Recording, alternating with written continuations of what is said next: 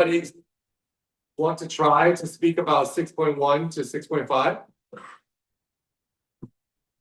Chapter? Anyone? Any high level or brief or concise summary? Okay. How about chapter 4?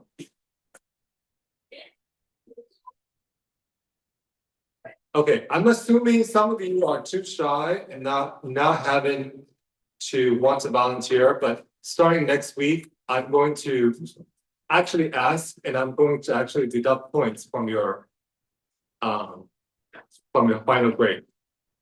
Okay, so you really need to, and if honestly, if someone volunteers, then we're fine. But if no one volunteers, I'm going to randomly pick from like the roster.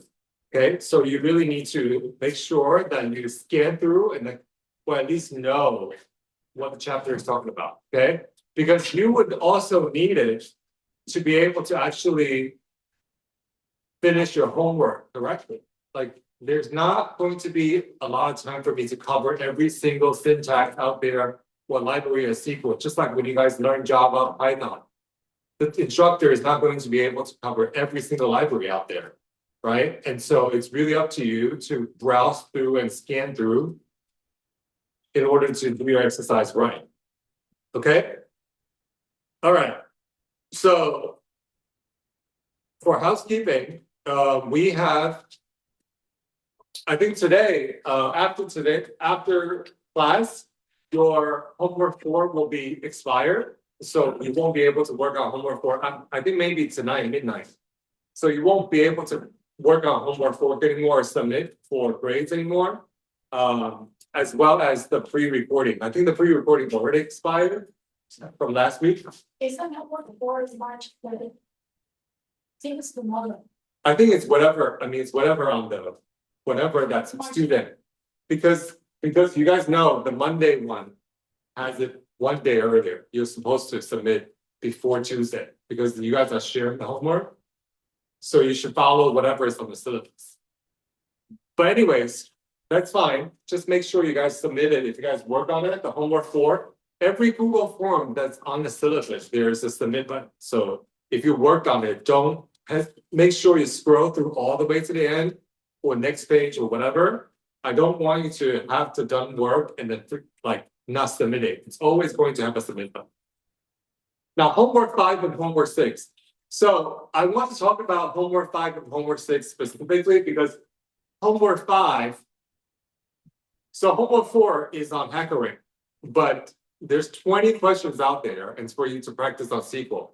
But those 20 questions are actually beginner SQL questions. So, you know, if you find it tough, that's still fine. But what you should do is you should reference the lecture notes, your textbook, or W3 School, right? I mean, W3 School is recommended for you to like, especially if you're just beginning to trying to look for syntax, it's just a fast way to get it. Yes, you have a question? Yeah, actually the Google site it says it's due tonight, but when the Google forms it says it's due tomorrow. Yes. So for Monday's class, you're supposed to follow whatever is on syllabus. You're supposed to, because you know there's 2 sessions this semester. So the Tuesday's class also use the same form. And it will close on Tuesdays midnight. But you should, it's fine. You will be able to submit it by tomorrow. That's fine too. But you should really try to follow the schedule for your own sake, because by today, you're going to already have homework 5 assigned already. So give yourself some time, some buffer. Understand? But you can still. You can. Okay, anyways, homework 5 is actually going to dial down a little bit, and it's going to be for you guys to sign up for W3 School account for free and work through 30 different keywords. Just kind of getting yourself exposed to all the keywords that's out there that's common, that's all. Homework 6, now very important, homework 6 is due in about 10 days. But homework 6, every group just submit one. Just one person have to submit. Just pick a person who will submit on behalf of the entire team. It's going to be your plan as a presentation format of a PowerPoint format for your group project. Okay? They are plenty on the homework 6 itself. When you click on your syllabus, it's live already. There are going to be so much instructions that are so detailed, so you don't need to worry about it. There's going to be a template that you guys can look at, but just don't copy and paste.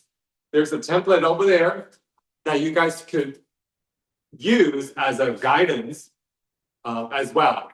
But there's some very, very detailed about what this pitch is about, how long, and what you should tell me during that class. And then there's even going to be a scorecard exposed there, or it's already published there, that tells you how I'm going to grade for your presentation, as well as this pitch. Now, this pitch also, you need a presentation, right? And that presentation is going to be in PowerPoint format. And the due date is also on syllabus. Understood? You should have, that due date is normally the day before your actual pitch. Okay? One thing I do want to mention is that this pitch is serving for two purposes. One purpose is for you to, as a team, polish and present your project idea to me before you go off and then start coding it out. And then I'll let you know that if you need to tweak anything, if you're on the right path. And I'll also give you some feedback so that your final presentation, you can work on something that improves your presentation skills, plus whatever you're planning on doing. The second part is I want you guys to think that number one is today we're going to introduce data modeling diagram, which is a different type of diagram, more advanced diagram for SQL. It's more advanced than ER diagram, which we learned already. Now, you are going to have to now show me and think about your database going to look like and present it not using ER diagram, but using data modeling diagram. Okay? And I'm going to also, at some point today or next week, we are going to cover normalizations. Your data modeling diagram is not only required to, your diagram is not only required to be data modeling diagram specifically, but it will also need to be in the second normal form. Okay, what is second normal form? We're going to go through very soon. So that's the second part that you want to think about. Okay, those are the two purposes of your pitch.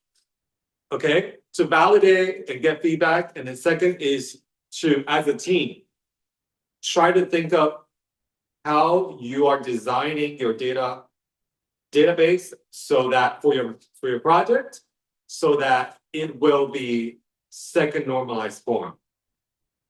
Okay, you should think of your presentation as not only as obviously showing the design, so you know it's technical, but you should also think about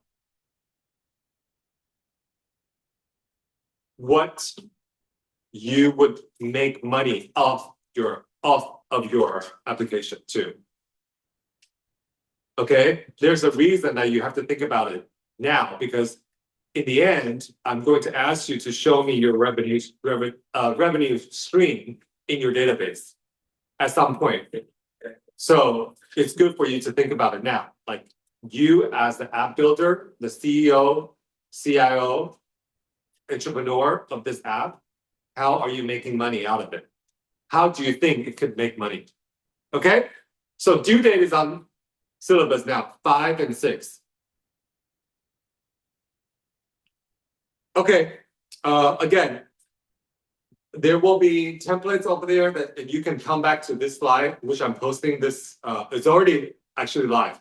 To see the template if you want to, but it's also in the Google form. Okay, so let's go, since we last saw each other, let's go over review some of your homework exercise and also just catching up with, the pre-recording, just to make sure that you guys are understanding, the pre-recording lecture. So schema, very important, and then we never get a chance to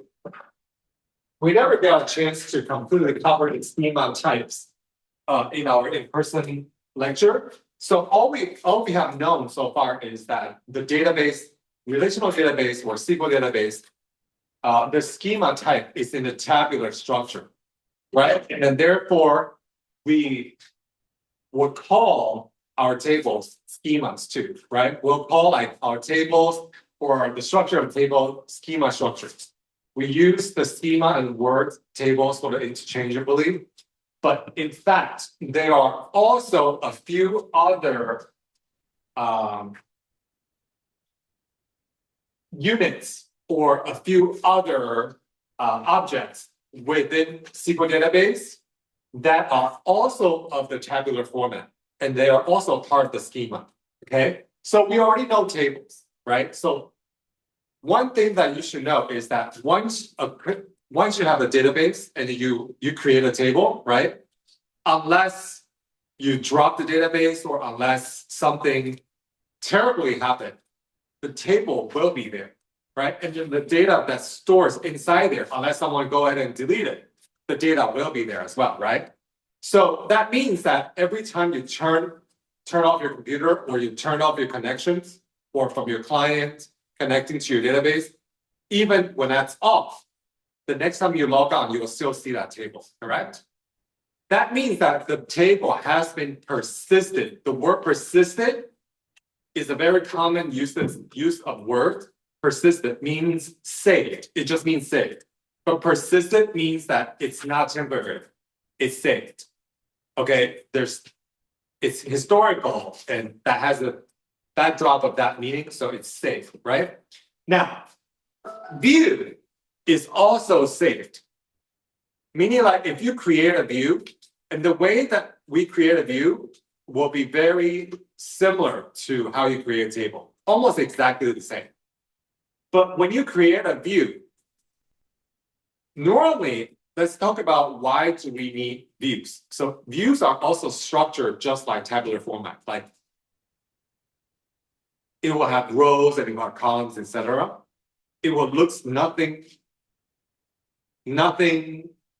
different than a table. But normally the views are people when they do complicated queries, a select query, and they don't want to repeatedly typing those queries over and over again. So at the select statement query, right?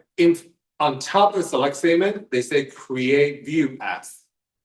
Create view, give a name, for example, like view one as, and then followed by your select query. What that does is that it stores the result object of that select query into the view. Right? So now we know that select query is what? Read only, correct? You can't make any changes when you are using a select query. So if you're creating a view with the object that you use select query for, you're basically just memorizing that select query into the view, right? So you don't have to type out all the select query alone one with the where clause and all that stuff. So next time you just say select star from view, right? Then you actually get the result. That's what it's for. Okay? Now, the structure stays there. The structure of this view will stay there, meaning like, if you have already done so, and I hopefully you did, you download MySQL Workbench or Microsoft Access as the homework instructed you to do, you should be able to see under database, there's the sections where it's object or schemas. And then that schema has tables in there. Has one one, if you collapse it, it says table, and then followed by views. So under the views, you will be able to see all the views that you created if you log off and log back on. So it's persistent as well. It's persistent as well. But the data is not hardly stored like it's stored in a table because it's basically storing the select query. And so it will pull the data when you're viewing this, when you're opening this view. The data is still stored in the original table, but you're just creating a shortcut by passing a select statement. That makes sense? So I mean, you basically just took a picture of the structure of the select statement, really. So when you're running exactly like how you're running select star from table, blah, blah, you will do select star from view, blah, blah, right? But what it's pulling is live, pulling that, running that select statement in the backend. Now, temporary table, think of temporary table as sort of like your local objects. When you write Java, when you write Python or C++, right? Within your while loop, within a function or within a method, you may have a local variable, right? And that variable would go on the memory stack while you call the functions or the method. But once the function is ran, it gets thrown away out of memory into Java trash collections or Python, whatever collections, right? Does that make sense? That's what temporary is only for, meaning like sometimes you can create a temporary table when you're doing like a while loop or functions in SQL. Later on, we'll get examples of a temporary table when we are learning about for loops. I mean, if loops and while loops. But just so you know, schema actually has different schema types in SQL. Majorly, and predominantly when people reference things to schemas, people are still talking about table. More likely when people often referring to view, they will just say it's a view. So schema and table are more tightly coupled. Okay. Now keys. Okay. Let's refresh our memories a little bit. So we talked about keys before. You can have a unique columns in a table. You can have it without making it a key, right? You can still have an ID table. You can create just like a random normal table, right? You need to specifically make them into the key if you want to, okay? But it's totally fine if you just have a column that's storing like a unique social security number, and then it's still going to be unique. But what keys can do, what keys means that it's normally meant for some unique column. We know that. And second is when you're making a column key or multiple column keys, you need to also follow and in compliance with the integrity and with the constraint that it will offer. It comes with. Keys comes with constraints, right? As we talked about before, right? Keys have constraints. All right. So two things about keys in SQL. One is that it's normally used on a unique columns. And two is it normally has benefit, but you need to be in compliance with SQL rules about keys. There's constraints. For example, primary keys, right? The constraints of primary key is what? It cannot be duplicated ever. And it cannot be null, right? And there can only be one primary key per table. So if you make a column primary keys, you cannot go ahead and make another primary keys of this table. Okay?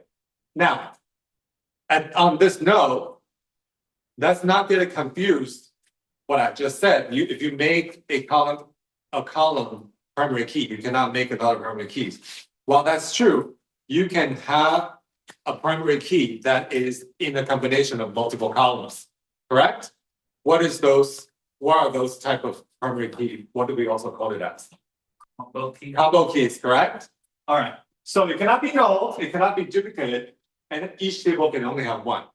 So these are what I just mentioned, the constraint that you will need to follow. What are the benefit?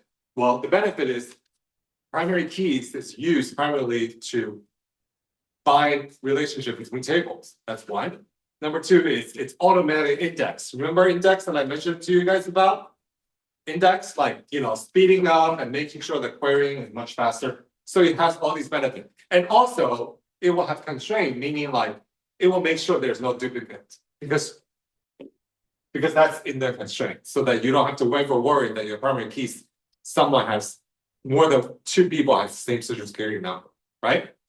So primary keys. Now let's look at, we never gone through this, but hopefully you already did this in your homework. Let's look at, pay attention to this create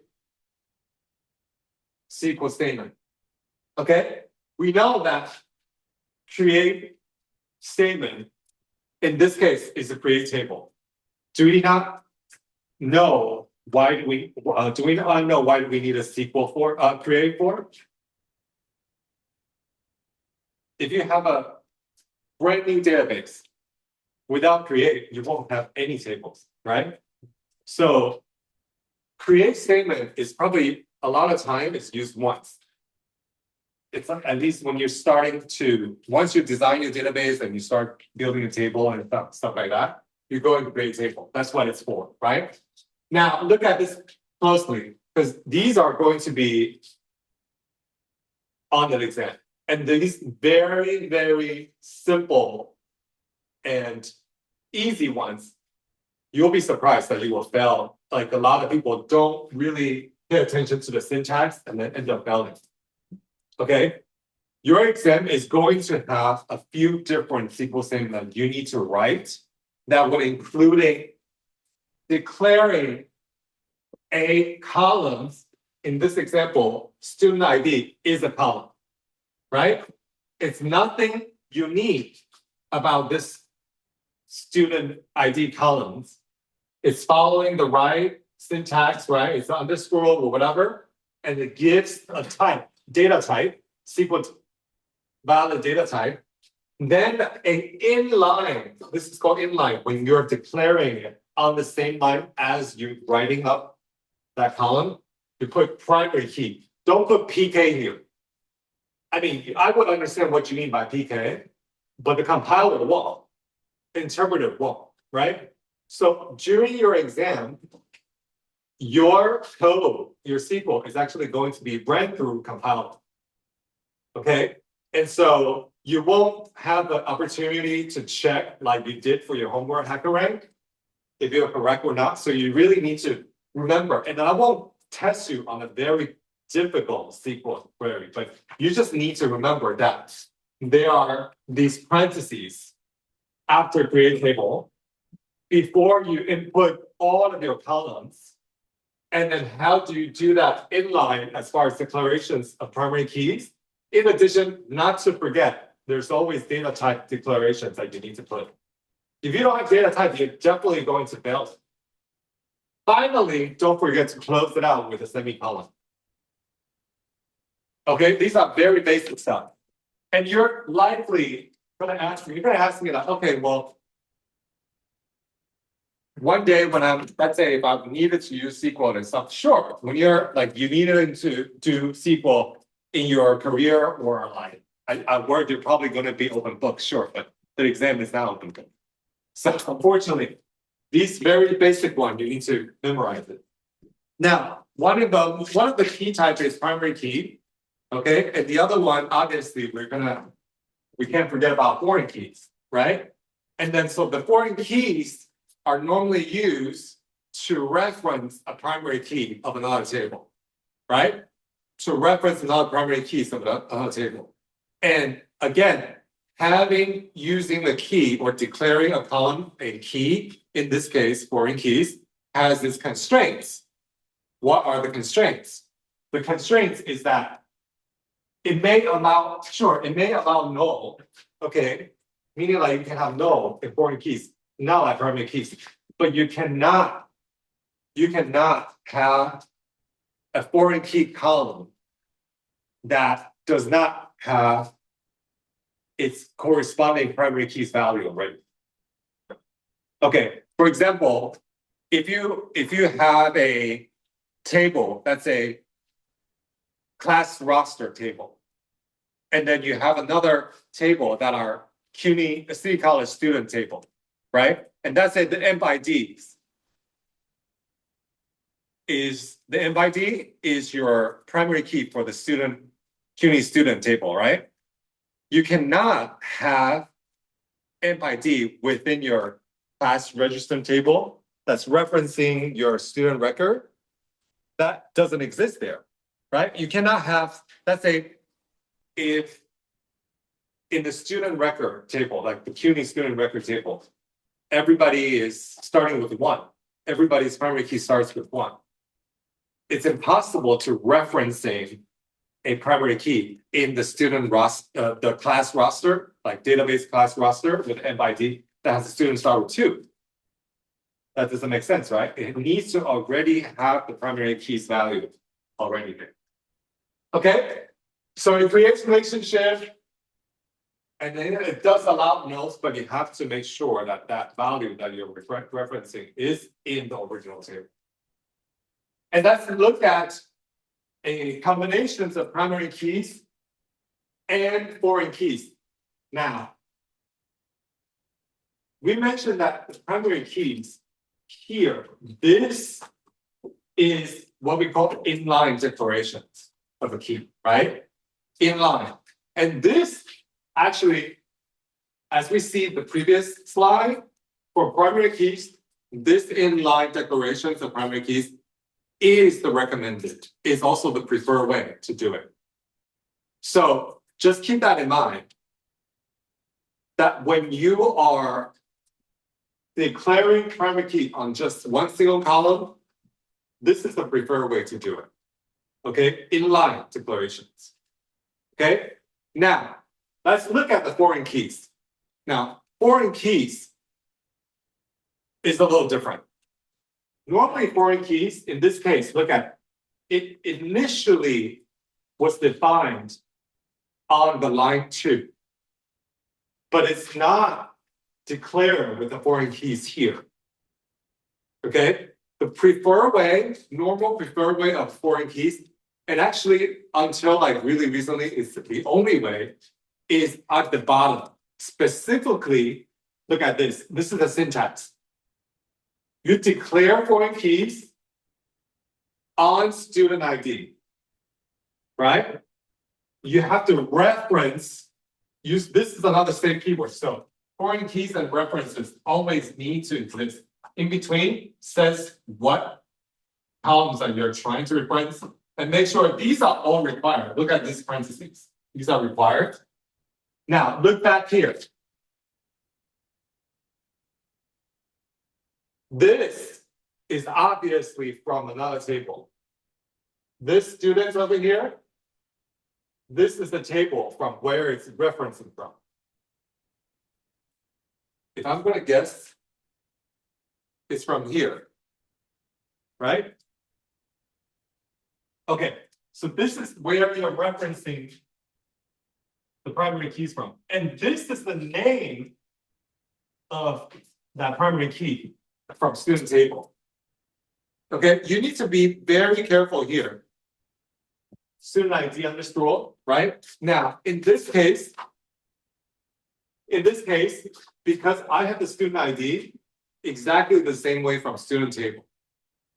But sometimes that's not the case. You want to make sure that the first column name is coming from this table itself, right? You have to follow this one right here. Okay. The second one is whatever from the table that you're referencing from, which is the student table. Okay. Yes.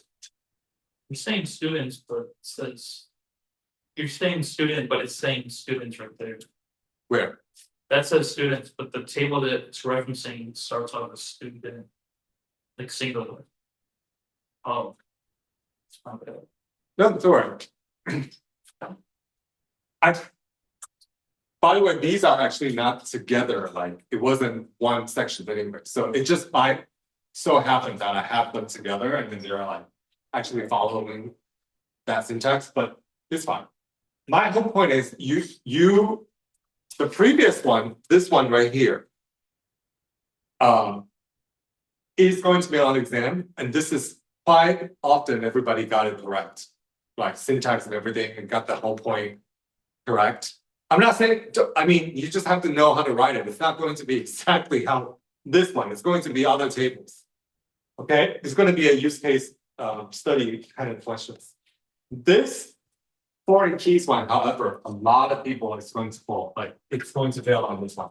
You really need to be very, very careful. Don't spell it wrong right here. It's reference with an S. Okay, and remember, this first one here is from this column. The other one, the other students over here, I mean, student IDs over here is from the original. Okay, and don't forget again, you know, closing it out after like closing brackets and semicolon.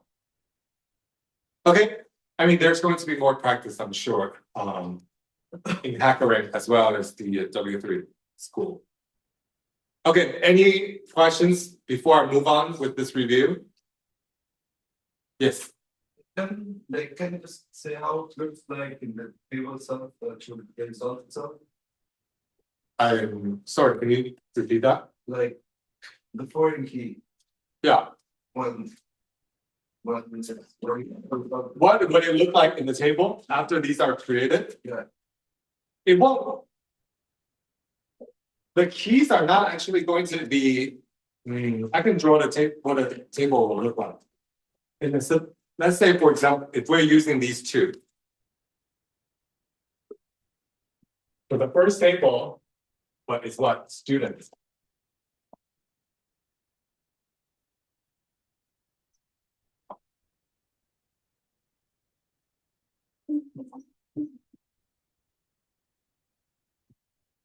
And that's int, so we're going to say 1, 2, 3, 4.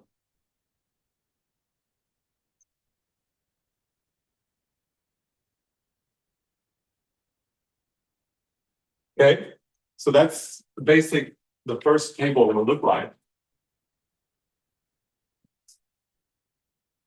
And the second one, orders, right? Okay.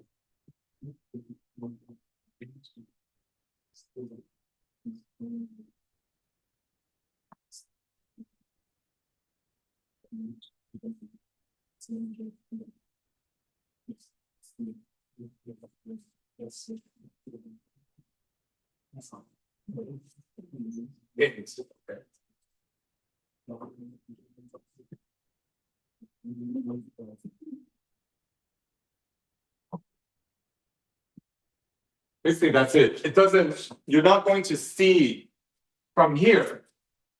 When you're logging on this database and using a client to connect to your database, right? Like MySQL Workbench, you're going to see table just like this. It's not going to show you any. There's not going to have any indication what's key or not, really. The only times that you will see those indications when you have the key involved is in data modeling diagram, which we're going to get to today. But in tables, that's exactly how it's going to show. But notice that even though you can see that, look, when I'm drawing the table, even as an example, I'm making sure that these are already existed in the original table, right? The student ID both are the same, right? Say that again? The student ID, both tables are the same numbers, same number. This is the foreign keys. This is the foreign key, meaning that it's literally grabbing value from the original table. Because this is foreign keys, it's referencing to the primary key here. So if there is any number that doesn't exist here, there's no chance that it will show up here. Okay? All right. Okay, so just make sure that you guys always double check with your syntax. All right, moving on. Some of you, on Tuesday, we had more time to go over the SQL versus NoSQL. And some of you, I asked you guys to answer whatever you can. We'll also review a recording of when I was explaining SQL. So on the high level, I'm gonna go through it again as a review. Okay, so SQL database, also known as relational database, transactional database, is the one that we are learning for this course that we're focusing on. But obviously, we can't ignore the elephant in the room, right? When you talk about SQL, there are out there multiple vendors and multiple big names of NoSQL database exist today. And they do a good job for whatever they're meant to do as well, right? But then it's the question is, when do you get to decide, when you get to decide for a project, you know, or for a multi-billionaire or regional company of a project, how do you talk about or what do you think about when you're deciding which type of database you want to use, right? So as far as data models wise, right?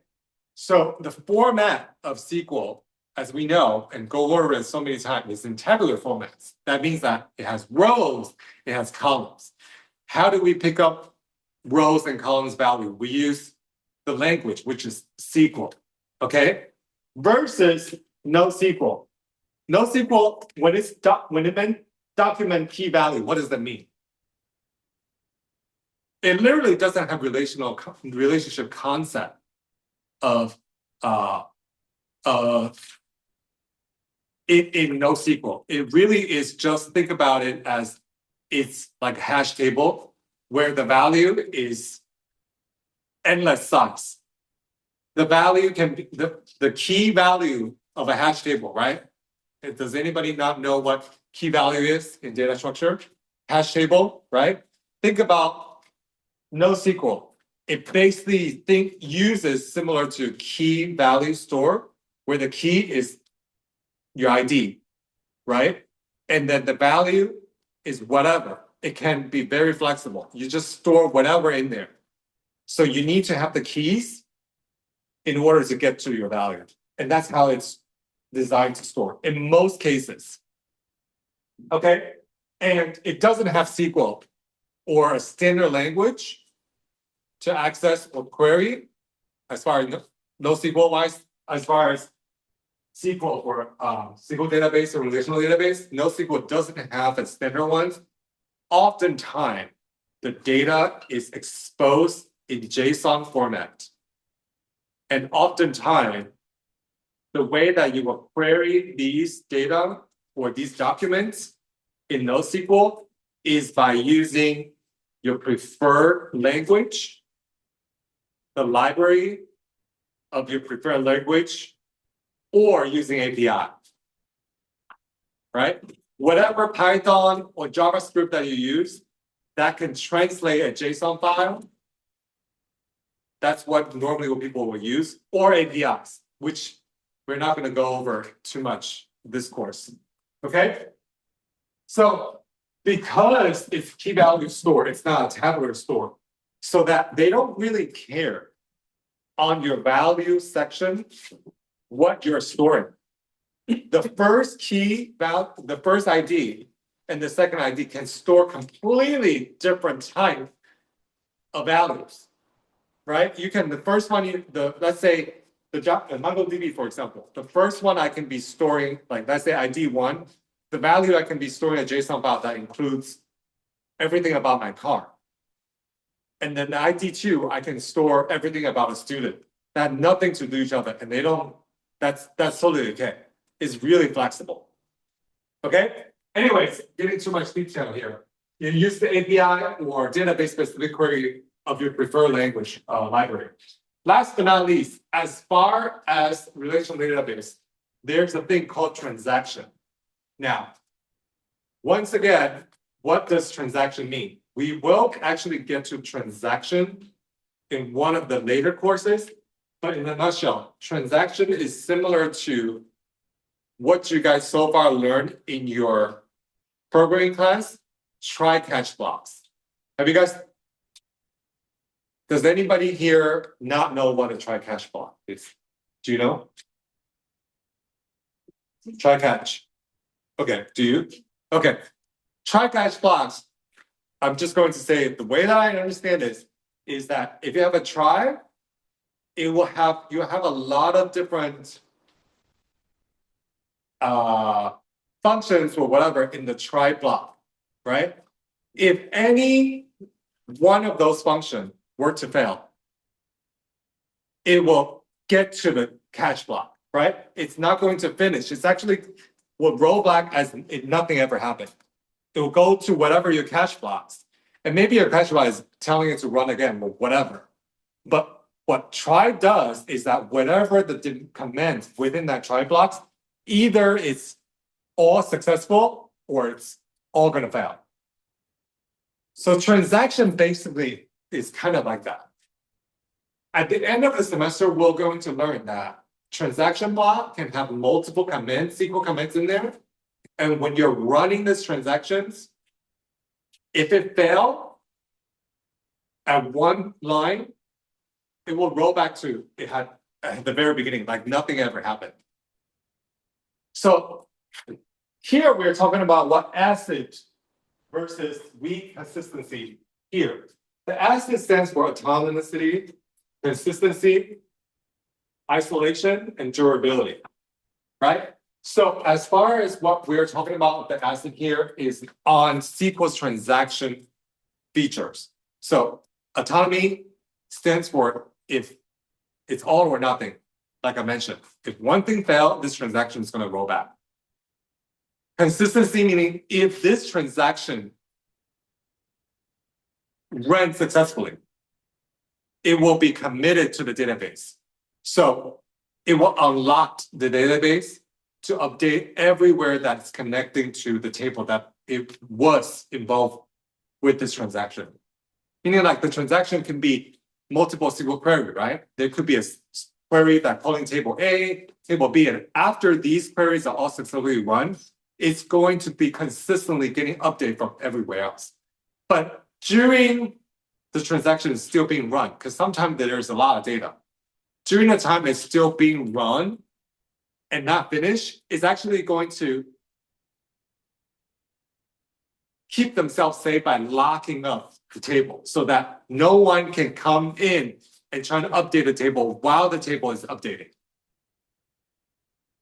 Okay? I'll leave it here for now. Let's not get into too detail, but that's kind of what the SQL does. That why it is being preferable for secure data and some banks for all these reasons. Because isolation, right? So isolation goes back to what I mentioned. If there's A and B being updated, after they're finished, they will be updated. But they're not going to be updated if a D and F table is not going to be updated as long as they're not involved. So it's isolated. Nothing is going to be dirty read, is what it's trying to say. In I, D is durability. All the transactions have at least one backups. Unless you specifically say you want to commit this transaction and never want to roll back, all the transactions give you an opportunity to roll back. So that's what the durability it means. So ACID versus not so consistency, also known as base. The NoSQL, their characteristic is also known as base. They care about not so much consistency, meaning like they have a feature or they have the ability to run the queries and then update the end user. Think about your social media, right? You may not get the latest post of someone you follow, but all you really care is when you open up Instagram, open up Thread or TikTok, you have something to look at. So a lot of NoSQL is preferable for social media for this purposes because they care about presenting something fast. That is not necessarily the most recent, most updated consistent value, but they present something to you regardless. Whereas SQL normally locks up the table, so it makes you wait to get the clean data.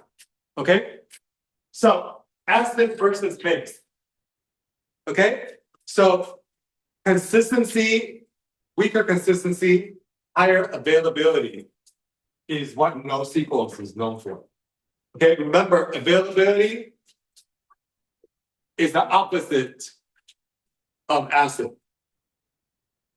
Do you want me to explain again? Availability meaning the speed. Availability meaning your app is available. Not like off, right? And eventually your data is consistent. Eventually the post, the person you're following, you'll eventually see their post somewhere on your wall or on your thread. But it might not be immediate. But NoSQL don't care as long as it's available and eventually it will be there. Okay? All right, so these are the things that you will think about when you're choosing between SQL and NoSQL. And within SQL, there's so many different databases. There's MySQL, there's DB, Sybase, Postgres, Oracle, Microsoft. NoSQL, there's Cassandra, MongoDB. There's a bunch of them as well. Okay, now let's review. Also, it should have been covered in the pre-recording. Let's review two different types of SQL. Okay, DDL versus DML. DDL stands for Data Definition Language. DML stands for Data Manipulation Language. Both of them are SQL. It's just there are two different categories of SQL queries. Okay, now definition, as the name says, definition just means the structure. Think about like the house, the walls, the how do you call it? These like frames or whatever, the structure. Okay? DDL matters on the structure itself.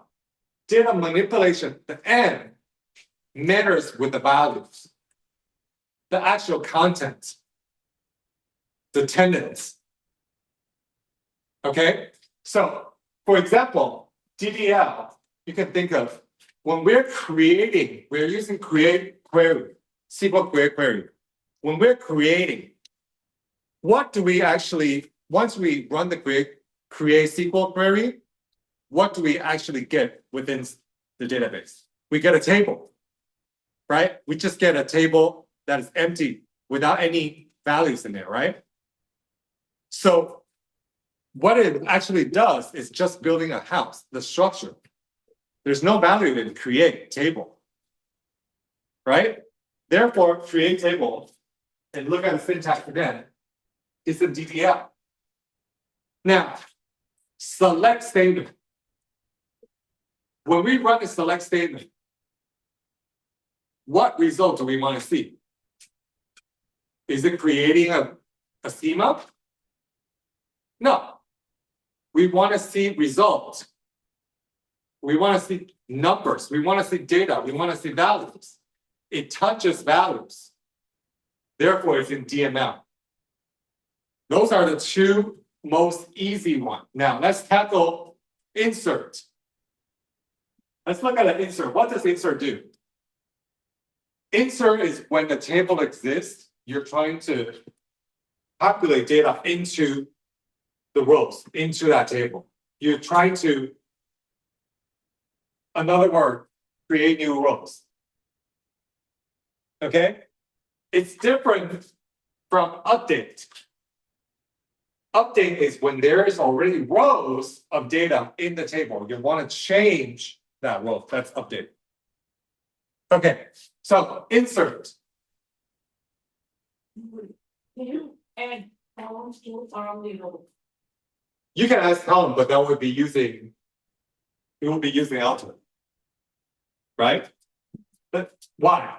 Adding columns will be a change of what? The database? Yes, it will be a change of database. It's a change of structure. Adding column is change of structure, right? Adding rows is change of values. Yeah. Right? So alter is what you will use. Your altering table and add a salary column. And the data type is decimal. That's how you add a column. And it's in the what? DDL, right? Because adding a column is changing the structure. Right? But if you're adding a row, you're adding a new entity in there, right? In new instance, that's valid. Therefore, insert is what? DML. Right? Now, last but not least, so we know insert, we know alter. Now, update. As I mentioned, updating is to go and change existing rows. Right? So it's changing, let's say, if there's an employee there and there's an age column, that age column is 26, and the next year I want to make it 27 of this employee, let's say. I will use update because that employee is already in the table. It already has a role, right? I will say that that employee ID is 1, and then set age equal to 27. Okay, that's what update do. Okay. Now, it's not in here. So far, we've gone through create, we've gone through select. Select not in here. Okay, select not in this net. Okay, create, we've gone through insert, we've gone through update. Now, let me quiz you two questions. The first one is that I create a table and then I populate some data in there. Meaning I use insert, right? I made 3 rows in there already. And after this is all after I create a table. Now I think of something else. Damn. I did have a column that is all unique numbers, and there's no duplicates. And now I want to make it. I want to make that column. That's a student ID column, a primary key. Let me repeat what I just said. I first go on and create a table that has a student ID in there, that has an age column in there, that has an email column in there. Then I went to do insert and then successfully populate 3 rows, 3 students. Then I realized that I don't have a primary keys and I want to add a primary keys. What would I use? Yes, alter. Alter. Keys does not, key changes the structure and definitions of the table. It doesn't change the value. Right? So if I want to add a primary keys, I'll do alter table student add primary keys on student ID. Okay? Now, what if I want to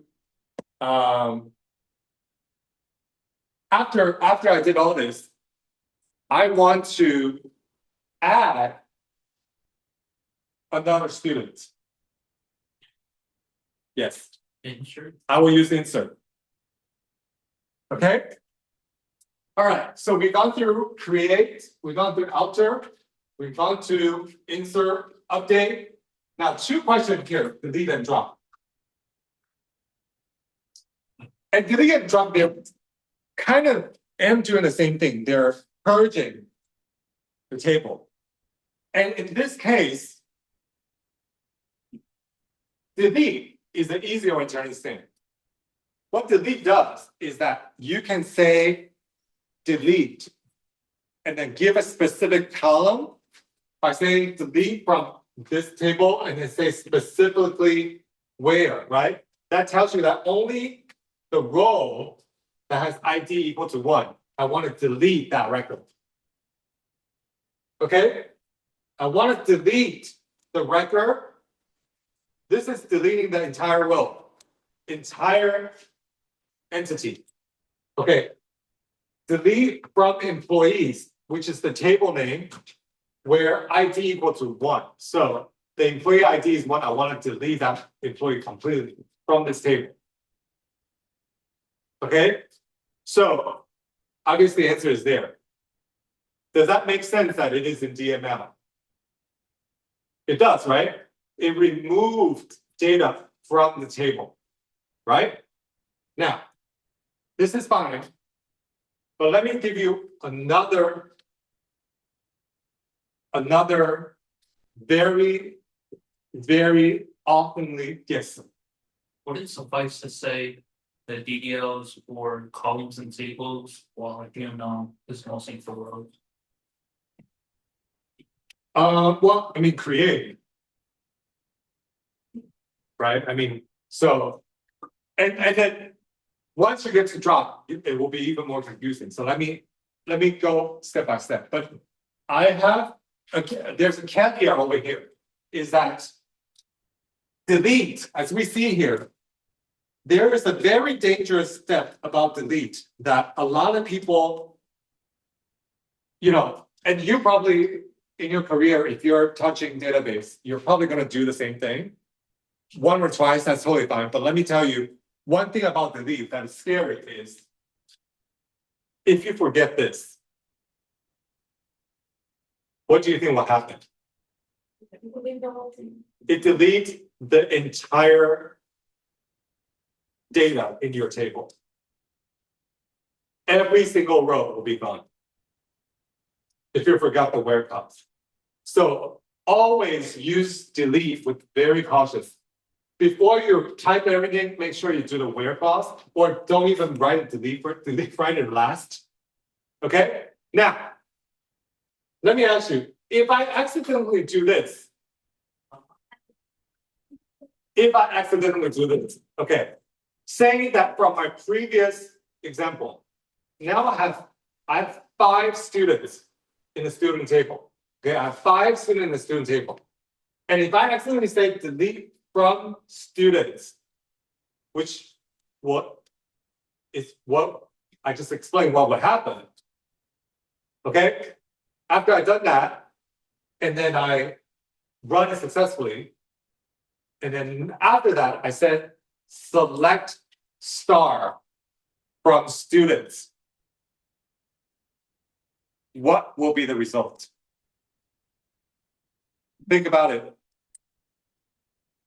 I have a student table that has 5 rows right now. And I said delete from students. Say that I did it on purpose, doesn't matter. Delete from students. Run it successfully. Then I do select star from students. Wait, anybody else want to try? Anybody want to give it a try? What a pseudo answer will be fine. Like an empty table, just like an empty set. So, well, I guess, yes. So I guess my question would be, when you run it on MySQL or whatever client you have, when you run this query of select, is the result going to be a error, or is a success result with 0 rows or 0 results? Is it error or 0? Which one? Success result 0. Okay. Did you get that? That's correct. Did you get that? Why? Because you just removed all the instances, but there's still the scaling defined. And why? Because DML doesn't delete the house. It doesn't delete the structure. Get that? Yes. So would there ever be an instance where in the table, the whole entire table would have the value of? The whole entire table. No, it wouldn't. No. There won't ever be an instance. No, because if you have one row that's all row, it would be just 0 rows. It would be, if you add another row, it doesn't add up, right? So it's just going to be an empty table. If it's all null, if that's what you're saying, right?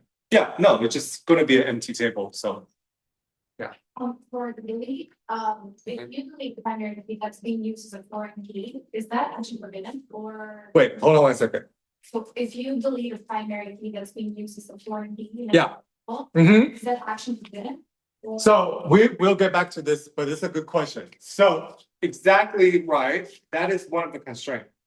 If you're trying to delete a primary key that has value, but that has already been referenced in the other table as a foreign key, you would by default it's not allowed. And then so normally by default, it would restrict you from deleting that. It will throw out an error. But you can change that to warning, or you can change that to like cascade, which we'll talk about later.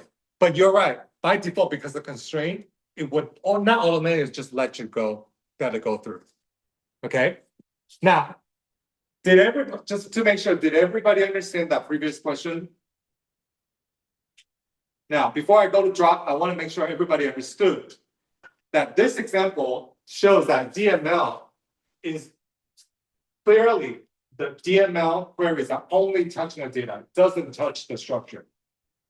Okay, so if I accidentally say delete from students, it does. It's a disaster sometimes if I didn't do it intentionally. But it doesn't take away the table, student table. It just returns a successful result if I do a select, that there is 0 result returned. Okay? Now, let's talk about drop.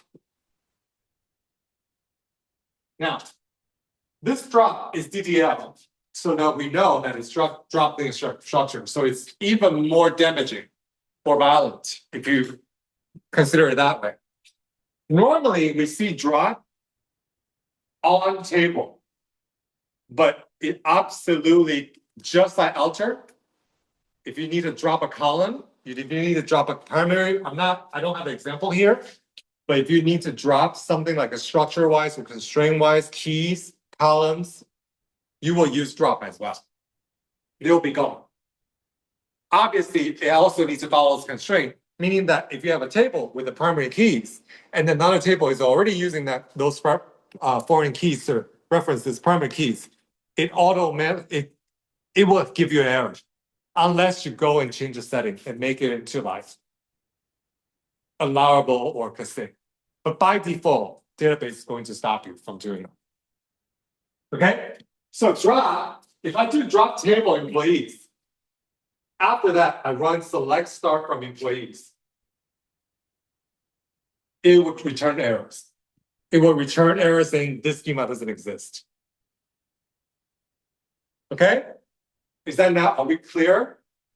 Are we getting this, what these commands do clear? Okay, so these are something that you should totally referencing on. But I would say like just as you're doing your homework or as you're doing, I guess like as you're like maybe on practice or your project when it comes to it, you know, use this as a guide, but obviously look up online or on WSP School somewhere like legitimate to tell you the syntax of how to use, for example, extended, you know, not just dropping table, but how to drop the primary keys or etc. And not to insert, this is one line only, but there's also multiple database out there that allow you to insert multiple rows at once. Right? Like you don't have to always run one by one. You can insert like 10 rows to millions of rows at once. So there are different alternatives to insert. You can double check. Okay? All right. Let's see if we have anything more to review. Okay.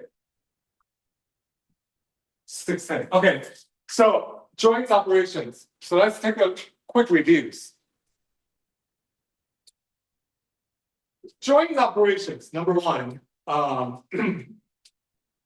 want to, well, first of all, the pre-recording lecture that you guys watch, or supposedly watch, should have explained the difference between sets and join operations. Okay? So does anybody want to volunteer to tell me the difference or like what they, in their own words, what they think of it different to best describe? Yes, When combining columns, we use joins, when combining rows, we use that. So that is the same distance. I mean, it is quite correct, yes.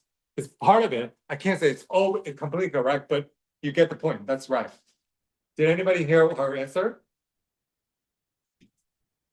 When you're extending on columns, when you're extending on column, what do you really do? You use for example, here, if you do joints, you're extending columns, right?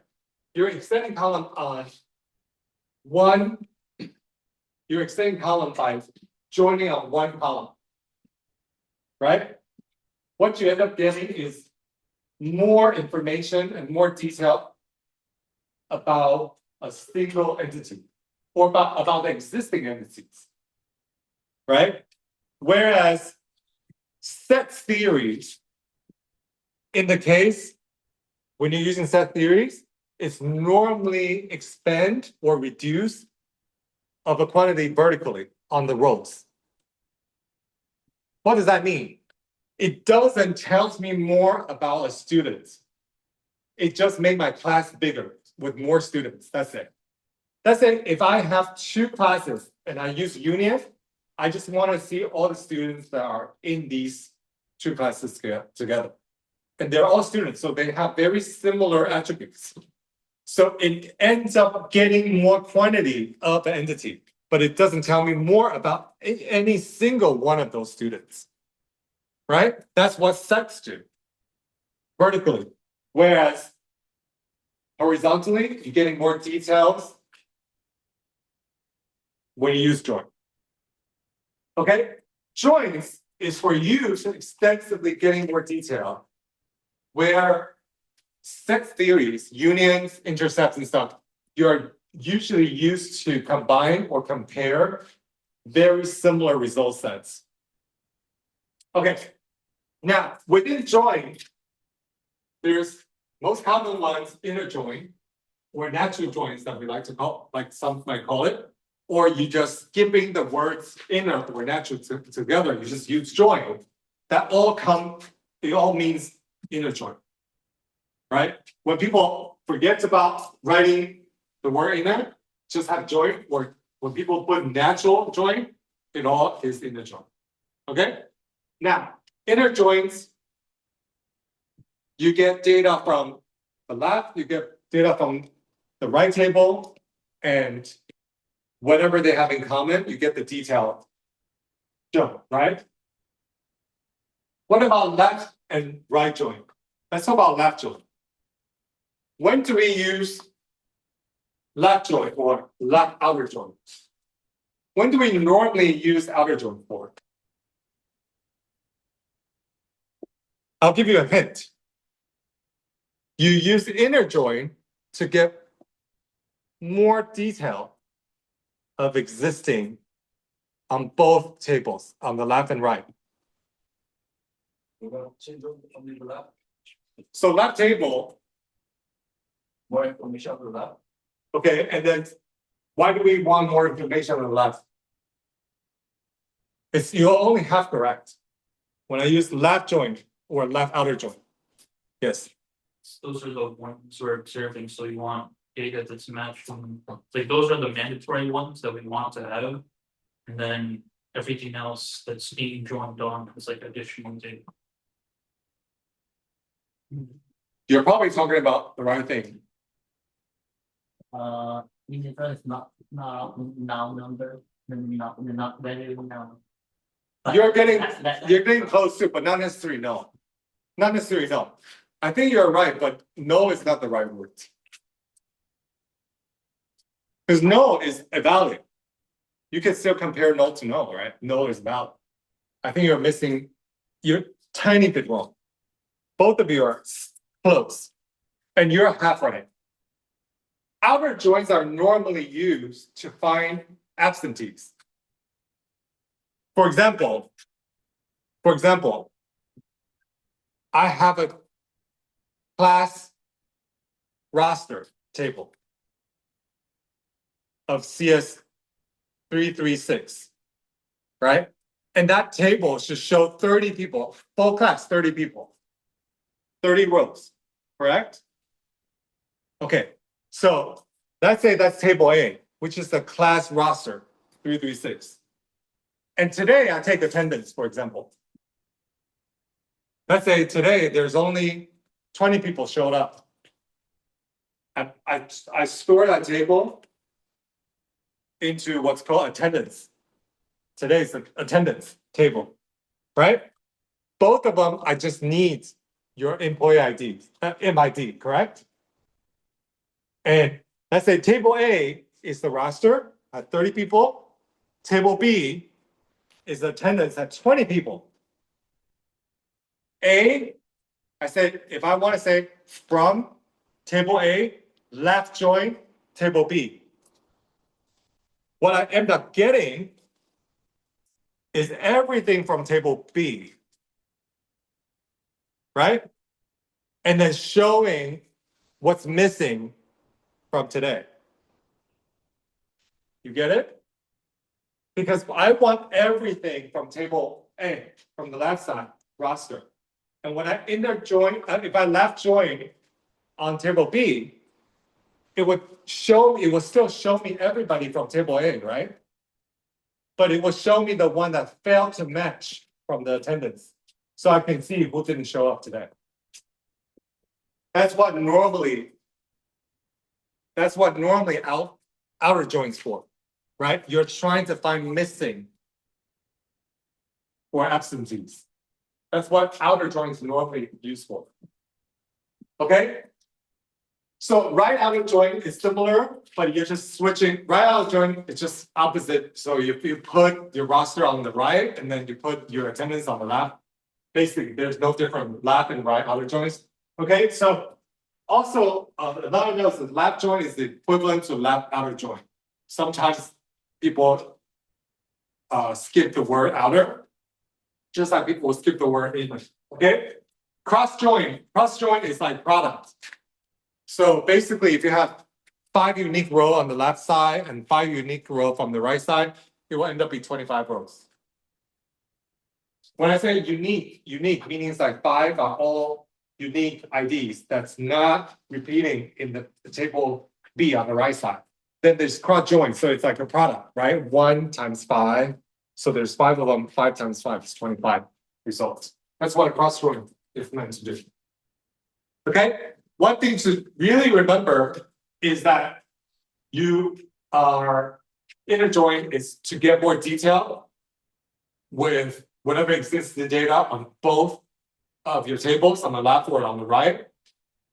But left join and right outer join is mainly used to find missing data or absentees. Or to see, in other words, who show up too, right? Cross join is normally just to find how many statistically how many options or alternatives there are as a product. All right, there is a website here that I specified animate.com. It has really nice way to like show examples of tables with all these join. You guys are totally recommended to go and then check out every single join, how they are combining or how they're showing. Okay, animated way. Set operations. The most common ones are these 3. There's some database also have another one that's called exception, but these 3 are the most common across all the SQL database. Union all, and intersect.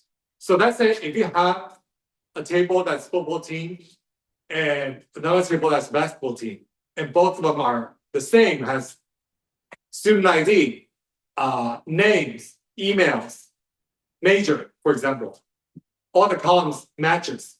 You can do select star from basketball team, union select star from football team.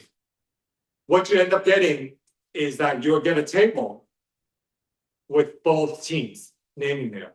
Now, depends if you're using union, then these 2 teams will combine, but it will eliminate any duplicates, meaning that if someone is in basketball team as well as in football team, it will only shows up once.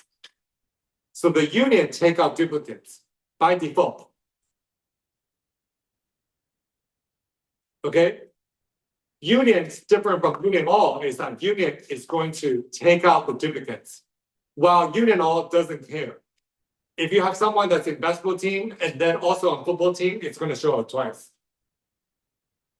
Okay? Intersect. What does the intersect do? Exactly if someone is in football team as well as basketball team, intersect will only return that person or those people. If you put two select statements and then intersect. Okay? Any questions on union all, intersect? Pretty easy, right? It's just that theory.